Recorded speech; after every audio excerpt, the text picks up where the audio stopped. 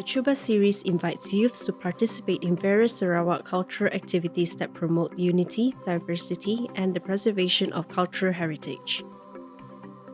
In this episode, we will be taking a closer look into the healing sound of Borneo with Mr. Matthew Ngau Jau as the talents try their hand with the Sape.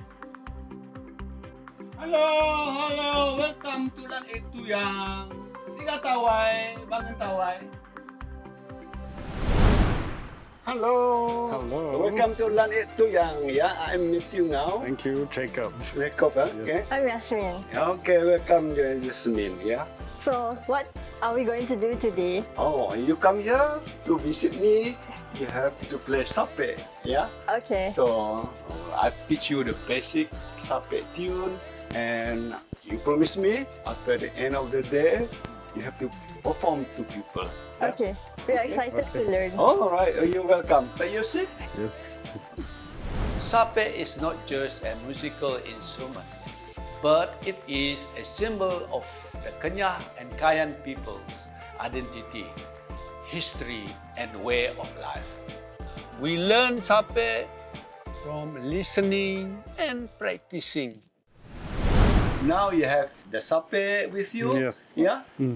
Okay. So we are going to learn how to play Sape, right? So first you have to know how to hold it. Yes. So like you sit like that, maybe No. difficult. See, look at me. Right? Yeah, Okay. one leg higher actually. Yeah. Yeah. Okay. And the Sape is such a way that it goes up. Honestly, the most difficult thing was first figuring out how to sit and be comfortable holding the instrument, because it was very, very awkward at first trying to find a good position. And I don't know about you, but I was having leg problems. Yeah. Instrument was quite heavy and it caused extra cramps on my legs. So this hand, the right hand, you press the bottom part of the Sape, yeah, free. Yes. And this one is free hand, the left hand, yeah. See, the fret here, okay, and just like the guitar. And then you use this pointer finger, yeah, to press Yes. all the fret. And then, okay, can we strum tadi using this one? This Yeah. thumb here, Yasmin, down a bit, your hand down, yeah, like this. From the top, go. Yes. Okay, all the way. There, and then you strum. And then, okay. Okay, 1, 2, 3.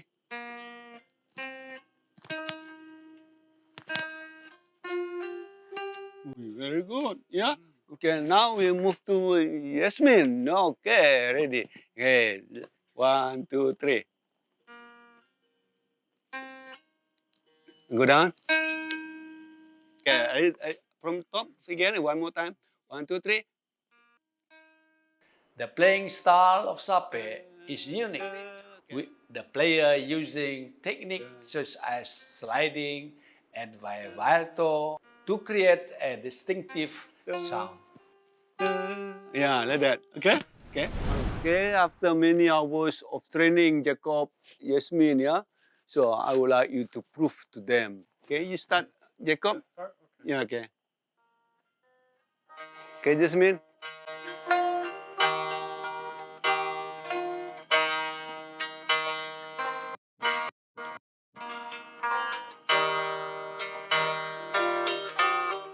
Sape can be used for various purposes such as religious ceremonies, healing, ritual, and entertainment.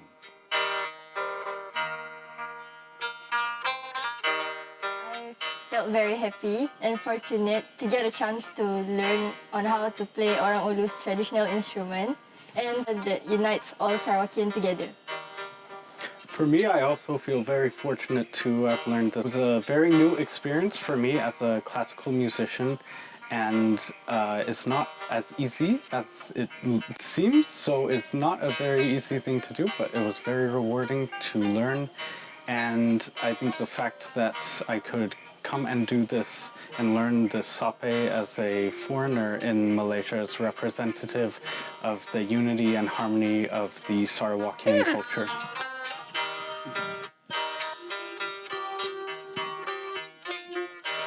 by continuing to pass on the knowledge and skills required to play the instrument, collaborating with other artists, and creating new opportunities for musicians to perform, I can ensure that our indigenous instrument remains an integral part of our cultural heritage.